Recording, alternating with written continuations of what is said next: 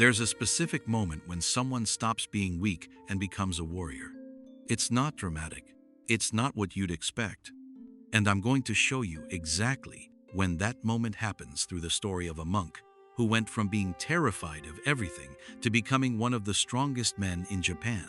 His name was Hakuin, born in 1686 in a small fishing village. And when I say he was weak, I mean genuinely weak.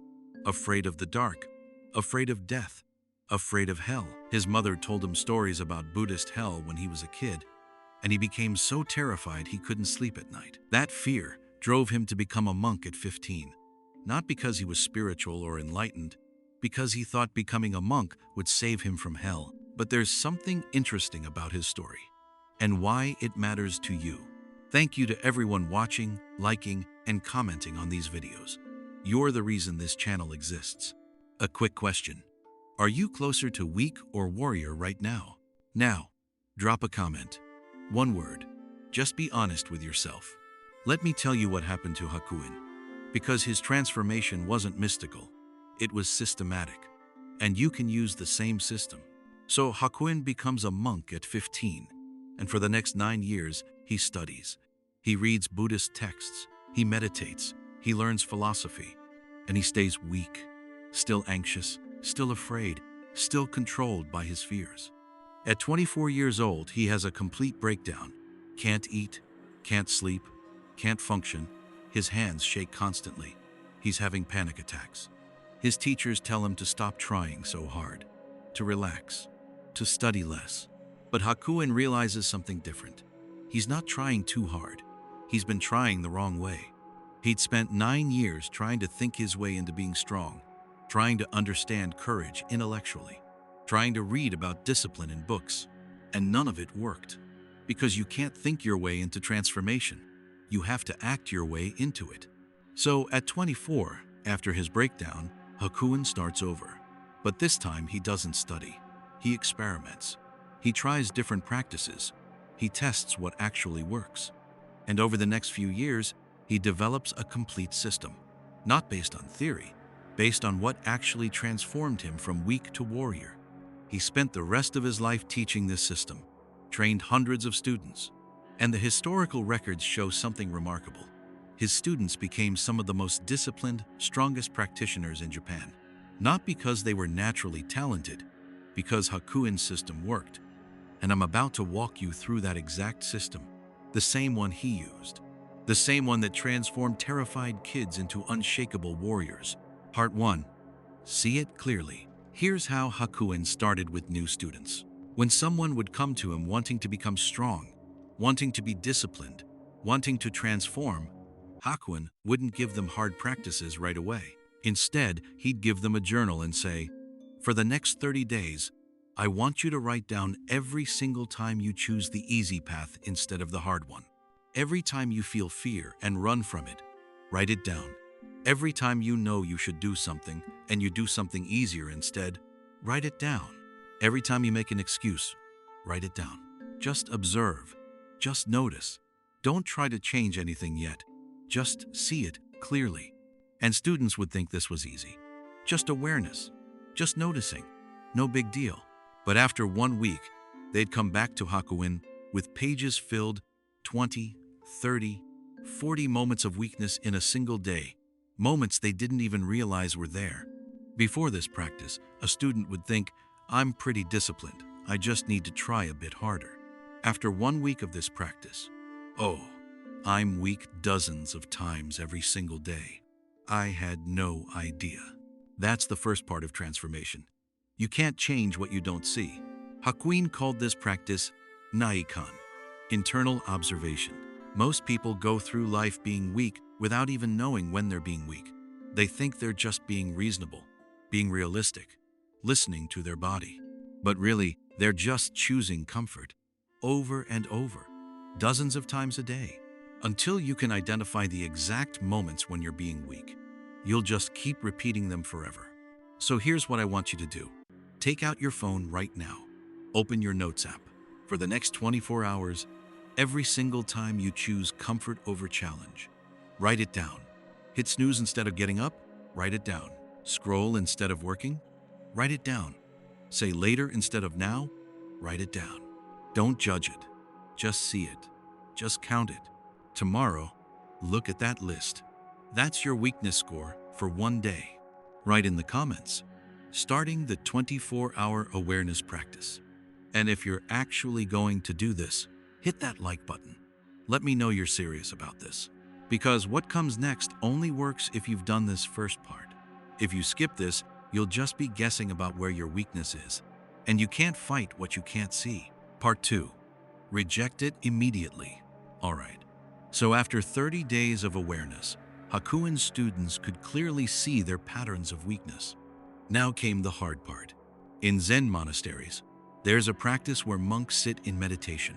And when a monk starts to slouch, or doze off, or lose focus, an attendant walks by with a wooden stick and taps them on the shoulder. It's not punishment. It's a physical reminder, a rejection of weakness in the moment. Hakuin took this principle and applied it to daily life. He taught his students, now that you can see your weakness, you have to reject it. Immediately, physically, not just mentally say no, actually physically reject it. Here's what that looked like. A student would feel the urge to skip meditation. The old response would be to negotiate with himself. Maybe I'll do it later. I'm tired. I'll do extra tomorrow. The new response, Hakuin taught. The moment you feel that urge, you physically sit down and start meditating. No thinking, no debating, physical action within 5 seconds. Feel the urge to eat something you shouldn't? Don't think about it. Immediately walk to a different room. Physical rejection. Feel the urge to scroll your phone when you should be working? Don't negotiate. Put the phone in a drawer. Lock it. Physical rejection. The key was speed, 5 seconds or less. Because if you start thinking about it, you'll talk yourself out of it. Your brain learns through action, not intention.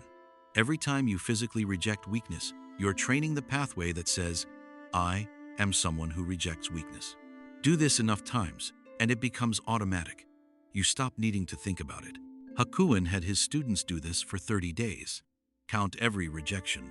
Track it. How many times today did you physically reject weakness within 5 seconds? Some days they'd reject it 3 times. Some days 20 times. Didn't matter. What mattered was the physical action. After 30 days of this, something shifts. You're not someone who tries to be disciplined anymore. You're someone who automatically rejects weakness.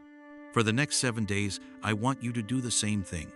Every time you catch yourself about to choose comfort, reject it physically within 5 seconds. About to slouch? Sit up straight immediately. About to procrastinate? Open the task and do 1 minute right now. About to make an excuse? Say out loud no and do the thing. Track it. Count your daily rejections. Comment below. Day 1. Rejection count, number. Because this practice, combined with the awareness practice, creates something powerful. You're not just seeing weakness anymore. You're actively killing it, multiple times per day. And that brings us to the third part of Hakuin's system. Part 3. Ground yourself daily. So now Hakuin students could see their weakness clearly, and they were rejecting it physically every day. But Hakuin noticed something. Some students were still shaky, still anxious, still easily thrown off balance by stress or difficulty. They weren't weak anymore, but they weren't unmovable yet. So Hakuin taught them something that seems simple but changes everything. Every morning, before anything else, sit down and breathe. Not normal breathing, deep breathing into your lower belly, the area about 2 inches below your belly button. In Japan, they call this the tanden. Breathe in deeply through your nose. Fill your lower belly first. Hold it for a few seconds. Then breathe out slowly through your mouth. As you exhale, imagine that breath sinking down through your body, through the floor, into the earth, like you're growing roots. Do this for 10 minutes every single morning.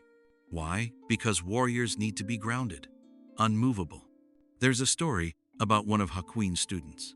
He got challenged to a duel by another samurai, life or death situation. The night before the duel, he sat and practiced this breathing all night long. Just breathing, sinking, grounding. The next morning, when the other samurai showed up ready to fight, Hakuin student just stood there, completely still, completely calm, just breathing. The other samurai drew his sword, walked around him, tried to intimidate him, but the student just stood there, breathing, grounded. And the other samurai couldn't do it. He couldn't attack someone who was that grounded, that unmovable. It felt like trying to attack a mountain. He put his sword away and left. The duel ended without a single strike. That's what this breathing practice does. It makes you unmovable, not because you're physically stronger, because you're energetically grounded in a way that weak people aren't. And here's what modern science shows. Deep abdominal breathing activates your parasympathetic nervous system. It literally turns off your panic response. Do this every day for 30 days, and your baseline stress level drops. You become harder to shake, harder to frighten, harder to throw off balance. Right now, try it with me. Sit up straight. Take a deep breath through your nose. Fill your lower belly. Hold it for 4 seconds. Now exhale slowly through your mouth for 6 seconds. Imagine that energy sinking down through your body into the ground. Do that 10 times right now. Feel that? That's groundedness. That's the opposite of weakness. Do this every morning. 10 minutes. That's your grounding practice. Comment. 10 breaths completed. So now you've got all 3 parts of Hakuin's system. Awareness for 30 days. Rejection for 30 days. Grounding for 30 days. 90 days total. But here's where most people mess this up. And it's the most important part.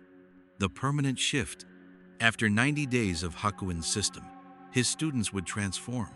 They'd be stronger, calmer, more disciplined, unshakable. But Hakuin noticed something interesting. Some students would keep the transformation. Some would slip back into weakness after 6 months. What was the difference?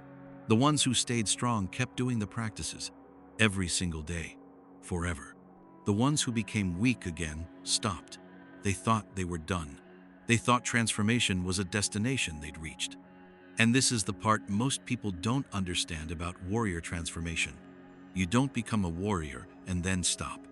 Being a warrior is a daily practice. The awareness practice isn't just for the first 30 days. You keep doing it. Maybe not every day, but regularly.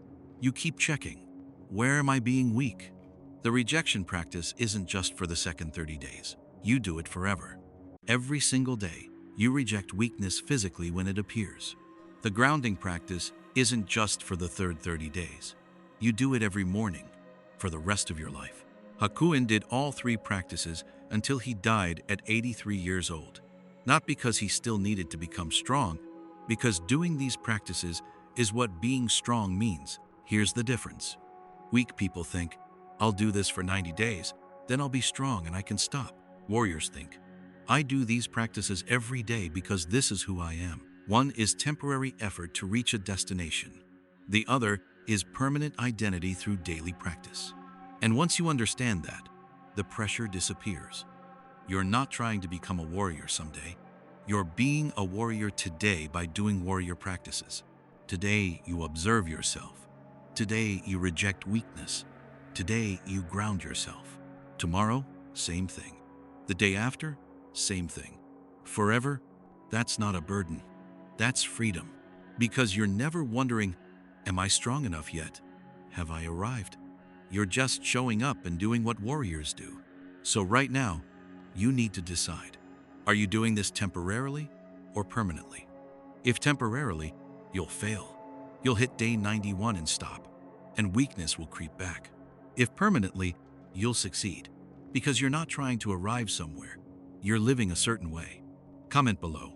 I commit to permanent warrior practices. Say it publicly. And subscribe to this channel. Turn on notifications, because I'm releasing content specifically for people on this path. Weekly reminders. Deeper practices. You'll want that when you're on day 45 and feeling like quitting. Share this with someone who's ready. Someone who's done being weak. Hakuin said something that stuck with me. Everyone wants to be strong. Few are willing to do what strong people do every single day. That's it. That's the filter. Not capability. Commitment. You just learned the complete system. 3 practices. 90 days. Then forever. The question isn't whether it works. It worked for Hakuin. It worked for hundreds of his students. It works. The question is, are you actually going to do it? Or are you going to stay weak? The practices are clear. The path is clear. All that's left is your choice. Weak or warrior. Choose through action. Start today.